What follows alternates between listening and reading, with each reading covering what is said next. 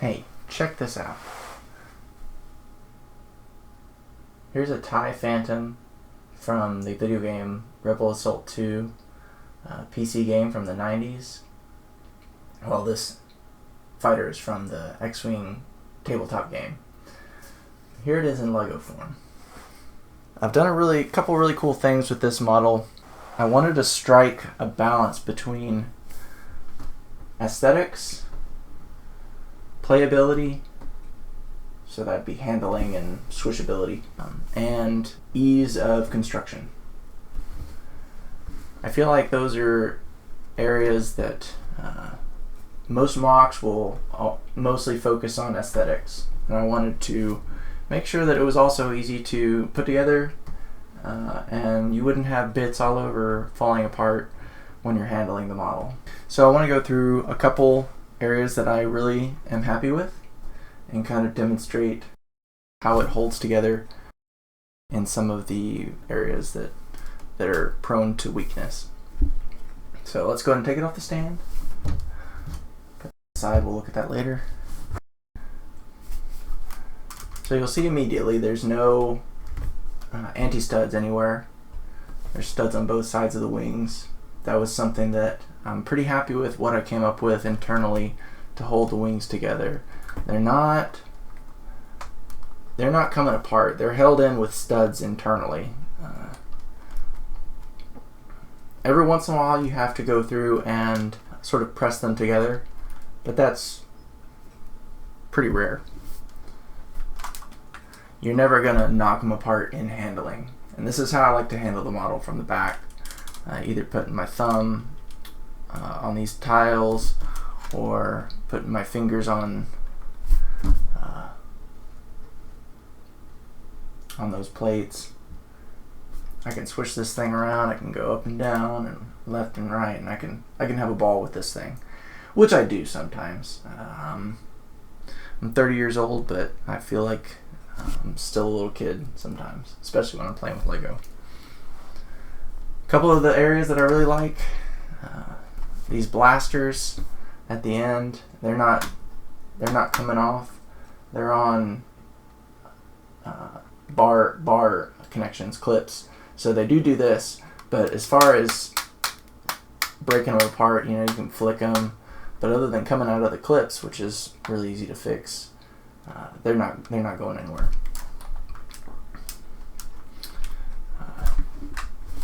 Probably my favorite part on this model is how these angled wedges come together. I just find that very satisfying, how there are almost no gaps. Of course, you're always going to have some gaps, but the back end I really enjoy. Just the subtle curvature in there. You can really see from the side there's a subtle curvature which is there in the original ship.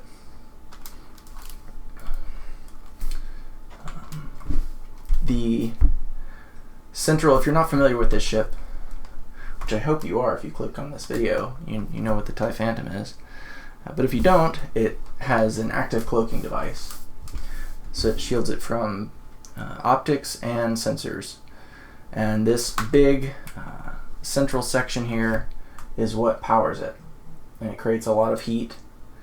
It needs these radiators to radiate that heat. So I'm pretty happy with what I did, but I feel like it could be better. And I'm not really sure how to make it better in the space that it's currently occupying. It would require a bit of a redesign. But I'm pretty happy with how it looks as it is now.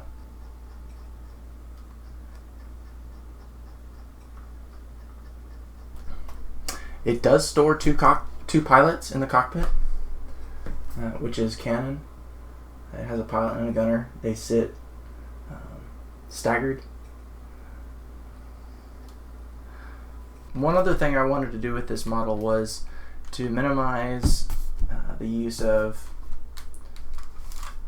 rare pieces, and I did that to some extent. A couple caveats is the windscreen piece, which you can see is the Millennium Falcon canopy. This front windscreen, which is not rare, I mean it's on the latest TIE Fighter, but it is a printed piece, so you're not going to be able to get it through Pick a Brick. And then it uses these hexagonal plates you can see on the back, which were in the Nexo series. It uses those in the internal structure, so those aren't being created by Lego anymore. So I hope they come back because they're really cool pieces. But on Bricklink, little tip, they are really cheap if you buy them from Europe. They must have bought all the Nexo stock or all the Tracker 1s, and they have a ton of those pieces. Don't buy them from US sellers. You'll be paying like several dollars, at least $1 per piece, and you can find them for 40 cents in Europe. Finally, cost. I am selling these instructions on Rebrickable, and the cost of the parts is, on a good day you could probably get 140 before shipping, but realistically you're going to be looking at 150, 160, unless you live in Europe, and then you just get better prices on Lego typically. Lucky you. But yeah, I'll have the Rebrickable page for this linked in the description. If you want to go over there and check it out, I'd really appreciate it. And if you don't want to purchase the instructions, leaving a like on this video and on the Rebrickable page helps me out. If you're a fan of this TIE Fighter or TIE Fighters in general, I think you're going to be really happy with this model. It's not too hard to put together. I've really tried to work on the instructions so that it's easy to put together. There are some tricky parts, but that's just what you get with MOCs. I'm not quite up to the level of a Lego designer in that respect. So yeah, thanks for watching. Have a good day.